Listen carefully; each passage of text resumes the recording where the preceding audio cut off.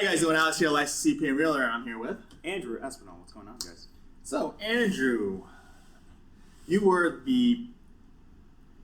probably the ultimate lifeline when I started here. Right? I mean, look, I came from a complete, just corporate finance background, and so, although I could say I had entrepreneurial, inklings, Right. Jumping into here, it was kind of like, oh crap, I'm on my own, right? Yeah. And then in came this email. Right. Hi, my name is Andrew. I'm here to save you. It's a flood of emails, honestly. It's what happens. Yeah, and you know what? That flood of emails, I mean, don't get me wrong, when I first got them, part of it was because my end was a mess. And so, why do I have 3 dozen different, everything? Oh my God. But the fact that there were, steps in there, Yeah. saved my life. I think, straight up, because my expectation was I'm on my own, full, start to finish, I'm on my own. Right. And, you kind of no, take my hand. Yeah. So, what would be your official title?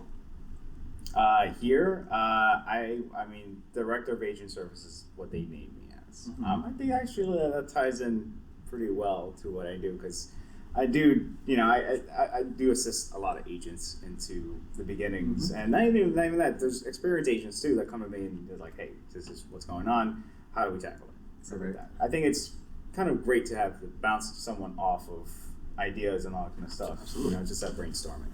So. And I think that really is accurate, right?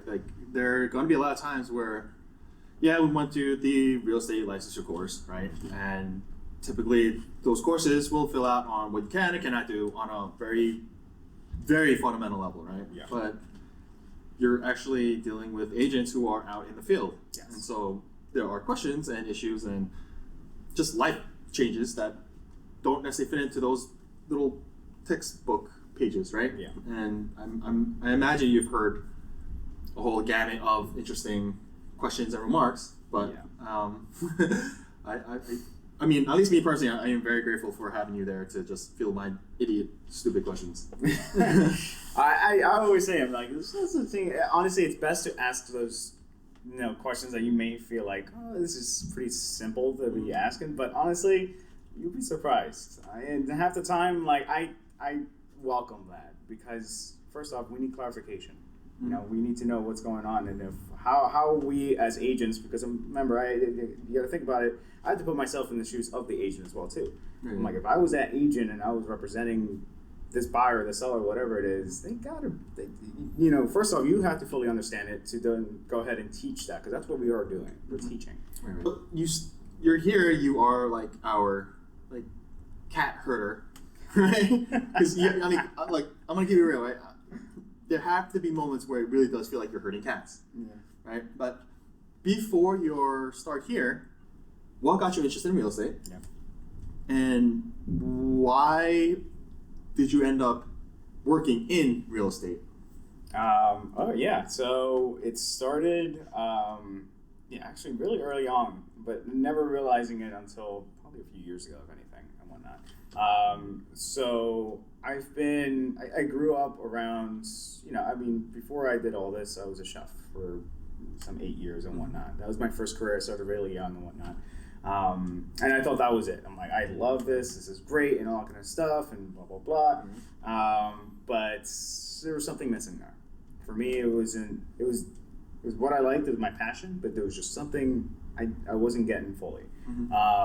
And so when I started reflecting on myself, I started seeing how I grew up and the ways I was raised and stuff like that. And actually, I come from a family, or a mom actually, she's very hardworking. So back then she actually used to buy and flip houses, and just do there were small profits and whatnot. It was nice to get around and all that kind of stuff. And I always find myself kind of always into real estate without actually knowing. My first job, and I'm quoting this because I was not of age to be working in a job setting, but it was in construction. It was just me and this other guy, and that's what he did. He used to also flip houses. And I was his little errand boy, or the guy who used to fix little outlets and fuse boxes and all this kind of stuff. And you trust me. Wait, so let me just. So let's say this dude is saying, he's like, "Hey, Andrew, do me a favor. I don't know which wires are the live ones, so go put the outlet in." Yeah, basically. I'm like, okay, great. Yeah. No idea. Joking, I think. Joking, I think. But so yeah, I mean, it was definitely a learning experience, and yes, we were safe and all that kind of stuff.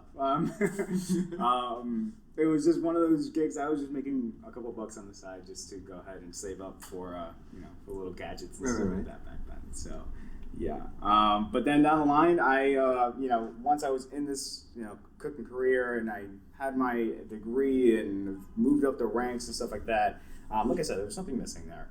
And I started searching for myself and what I wanted to do, and I always found myself, even in the cooking position and stuff like that, I was always teaching.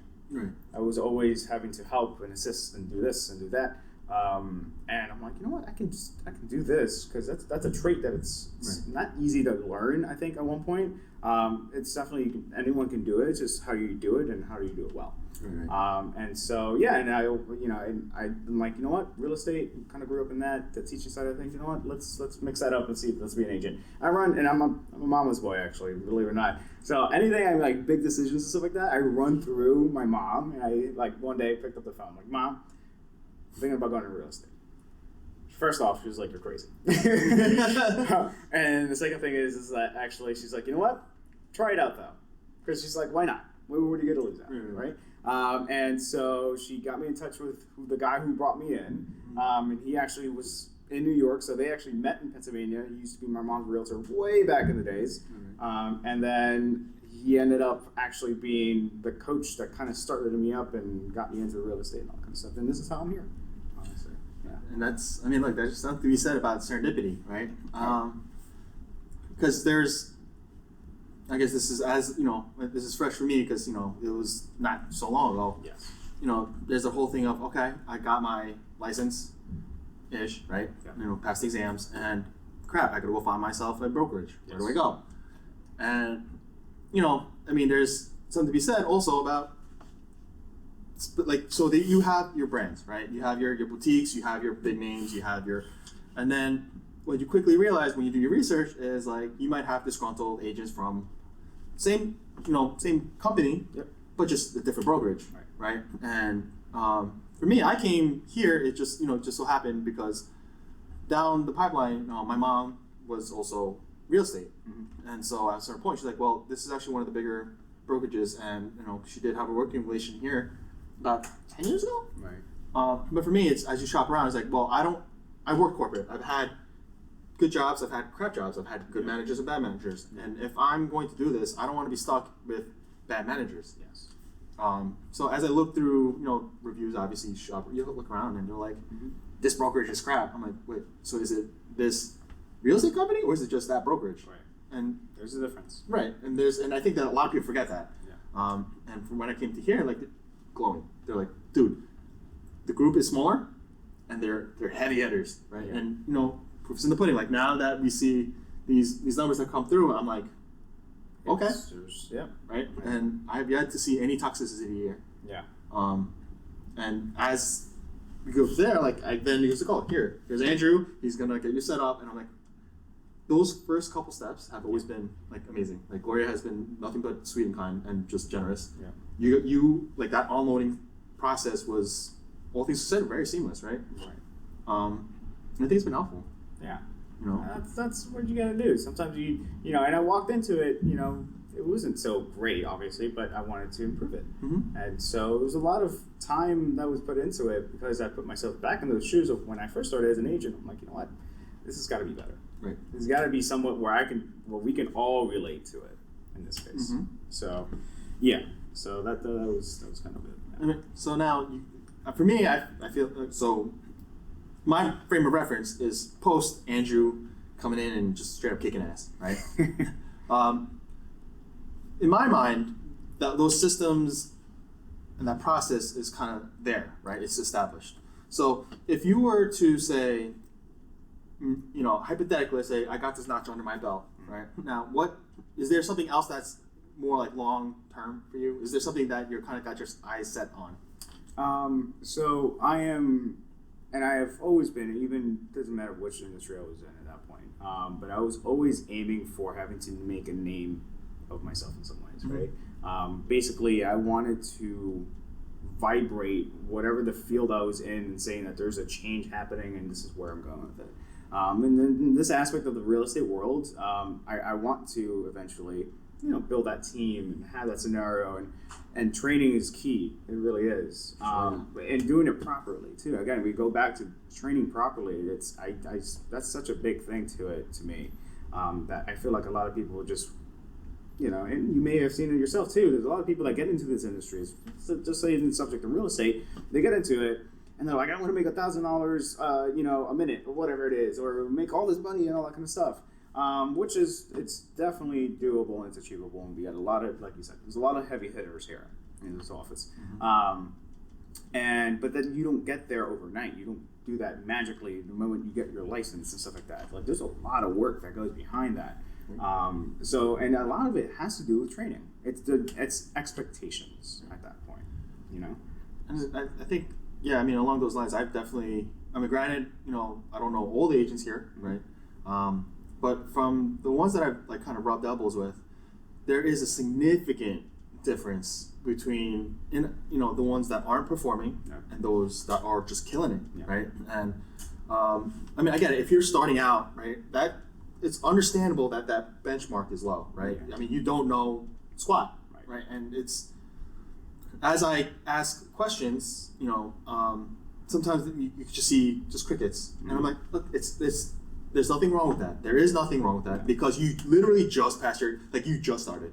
That's you guys are somewhere, right? And for me, it's that trajectory, right? For me, it's where's that hunger, right? And so when I see some of these agents that oh, we do spend money. All right, so what do you spend your money on? And then you find out, oh yeah, I spent like $60,000 on a training, mastery, all this. And then if I miss anything, I have to pay another $1,000 penalty. I'm like, that's insane. That's right. But that's commitment. That's dedication, right? Yeah. And I think you can't say that you didn't have a hand in that, right? Granted, you didn't feed them. This is your mastery course, whatever. But the fact that you've created a culture where people are willing to at least be open to that idea. Like, I see these people and they're staying here for a reason. Yeah. And because you are part of leadership, my framing is that this is part of your baby. Yeah. Right. And so other things that are coming in the future from you, I'm like, that's why I'm like, what are you working on? Yeah. What are you up to? What do you got? There's always something in the pipeline.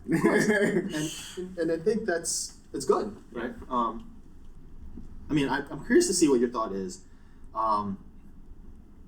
So and this is a mindset thing, I think, right?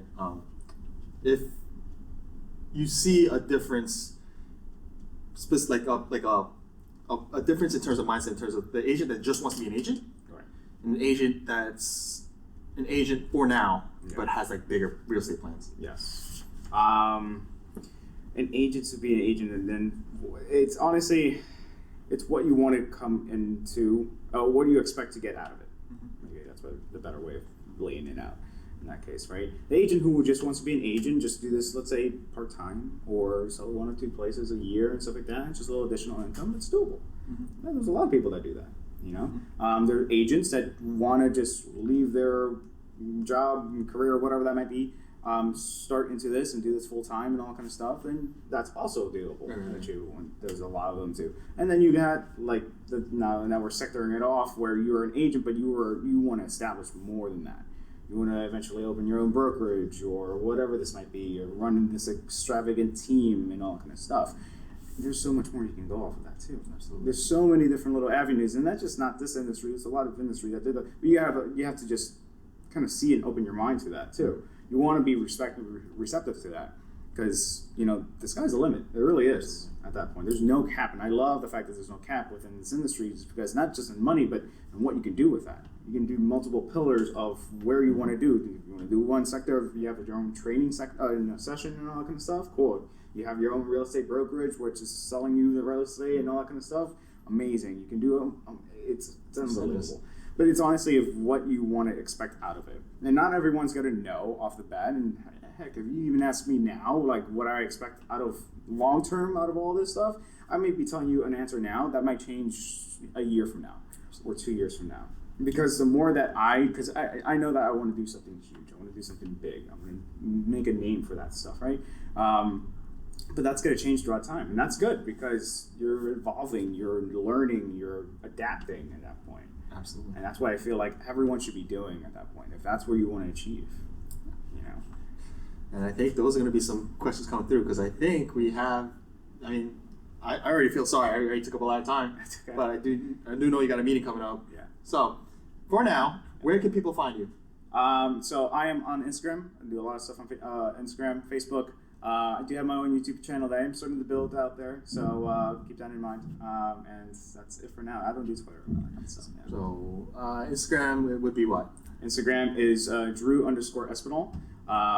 Facebook is just Andrew Espinal. You can find me on there. And those are the platforms that I'm usually on. So. Okay. Well, I mean, we got the office people already screaming that he's running late. So, yes. With that said, thank you all for joining us, and I'll catch you guys on the next one.